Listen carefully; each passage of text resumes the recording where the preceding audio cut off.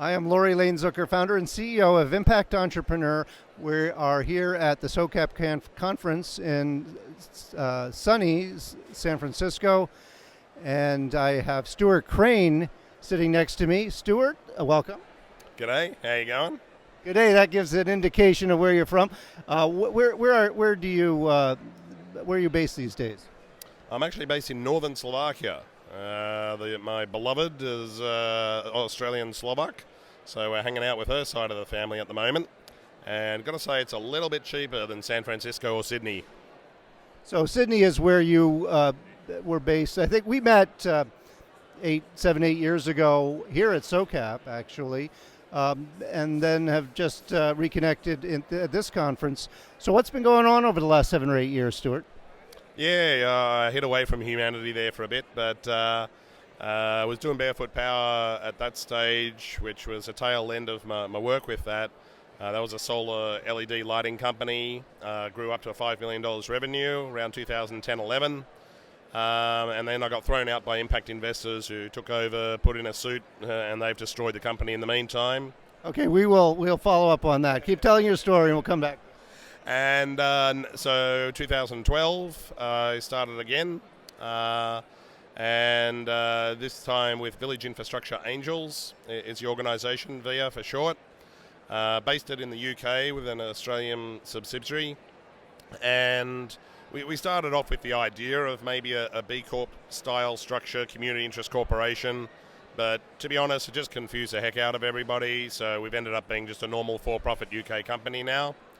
And we're focused more on, instead of selling solar for cash to villages, looking at lending solar over 1 to 5 years and doing more with solar, not just lights, phone chargers, radios, TVs, consumer electronics, but showing that solar can do pretty powerful things like run mills for agricultural usage. And so I'm here as a Powering Agriculture grantee from USAID. We're at the end of a 3 to 4 year grant. And it's been a great bit of assistance to get this concept of solar milling out there in the world, and hopefully we can grow that further and add on more micro infrastructure services in the villages, because I think micro infrastructure could be as big as microfinance ultimately. Okay, well, there's a lot there to discuss, but let's go back to Barefoot Power. So it seems from what you said that your experience with impact investors with Barefoot Power was not the most satisfying. That's a good summation, I think. It took me 70 separate deals with 50 different investors to raise the first $6 million. It was like Band-Aids. How long did that take? That took 6 to 7 years. It was a deal per month continuously. We never had enough capital. We skyrocketed from half mil revenue to $5 million revenue, but had supply gap problems for like 3 to 4 months out of the year. We could have done a lot more. And of course, if you got cash sale business and you miss out on months and months of potential sales, you're nowhere near what you could be. So of course, we were still making a bit of a loss. But the companies of my era at the time, like D-Light and Greenlight Planet, we're sort of similar size, maybe $10 million revenue, a bit ahead of us. They're now $60-80 million companies. What did they have that you didn't have? Investors who knew what they were doing is one. So you spent way too long to get what you needed, and you didn't get enough. Is that part of the what you're saying or implying here? They certainly raised more capital, being better connected in the US than I ever could. But we got some pretty good, well-known investors in the space, but they were not really into the evolution of the company as I was trying to do it, and were making decisions that I felt were against shareholder value, which was literally their own value. Things like not going to pick up a $2 million grant that we won. I mean, why would you suggest to not go and pick up a grant that you won? To not talk to angel investors as well as institutional investors, because angel investors make faster deals and we were going to run out of money quickly. They underestimated how long it would take to close a deal. And ultimately, after my departure, I think they just had very wishful thinking about how easy it might be to develop these markets, and got the shock of their life when it was a hell of a lot harder than what they thought. Where is Barefoot Power now? The mothership in Australia liquidated last year, but one of the African subsidiaries survived and managed to help a few other subsidiaries survive. They had an EU grant at the time, which helped. One of the angel investors, who'd been a big backer all the way through, doubled down again and helped these guys out. They're now a tiny fraction of the operating expense of the original Barefoot Power, but they've relaunched the website. And, I'd love to help them out again as a bit of an advisor and things like that. You can't wallow in the past. You've got to look forward to the future. And I wish them absolute best of luck, that they can regrow from the ashes like a phoenix and might not be quite as big as, they were, but hopefully this time more focus on profit and a little bit less focus on scale. I think that's one of the things we could really, think about more seriously here these days. Well, I do webinars weekly or every other week for our global network, and many of them, if not most of them, are on impact investing themes. Many of them are bring a lens of, where is the impact investing space, and where still are the holes in the space. Yes, you're talking about you were really early in terms of building a company that was really committed to reaching out to the impact investor. That space has grown tremendously over the last few years. Hopefully it's a bit easier to find mission-aligned capital of different kinds, whether it be equity or debt or what have you.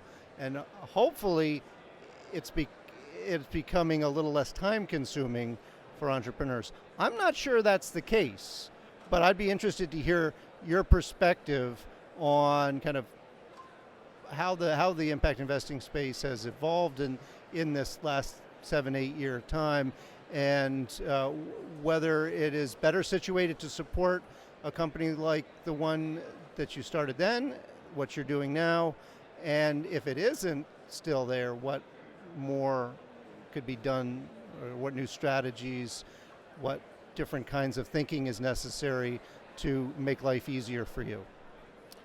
Yeah, I didn't even know I was a social entrepreneur when I started.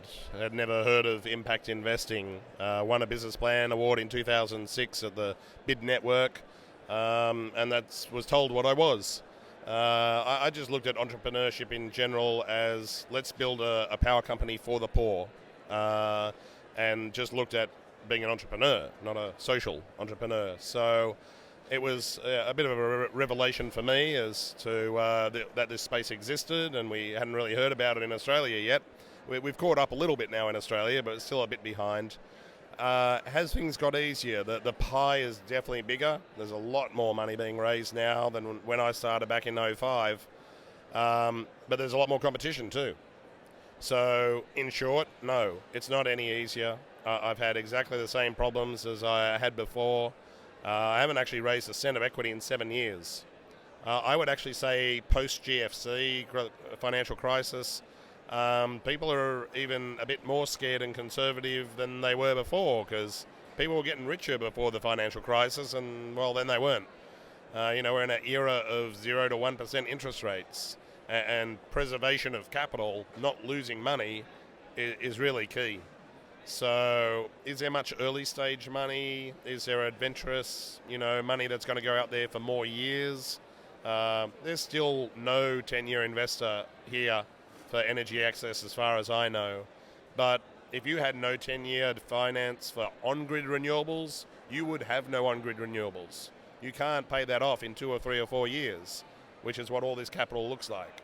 So if we're going to make substantial increases in access to energy, agriculture, water, infrastructure, all the stuff people need to get out of poverty, we're going to touch the sides of it with short-term finance, but we're not going to make the big jump, which we probably need to by 2030. So we've got solar panels, LED lights, and batteries that last for 10 years.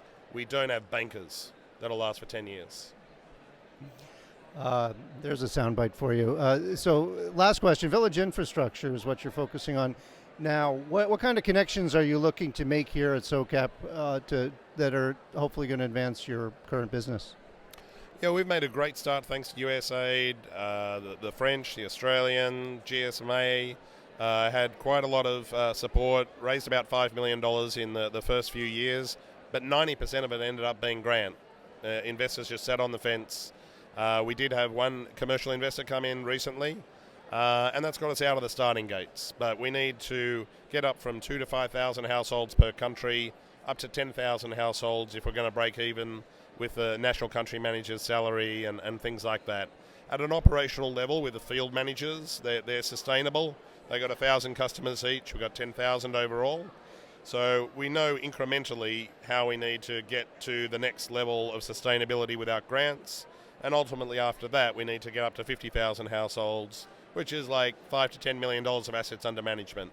If I can make 5% on those assets under management and hopefully add 5% of value or more to such a portfolio, then we've got 250,000 to 500,000 a year to be able to exist off, and that's our current operating expenses. So it's not a huge ticket, and that's really the next goal. But we're already profitable because we also help other people with their projects, and that gains us good income as well.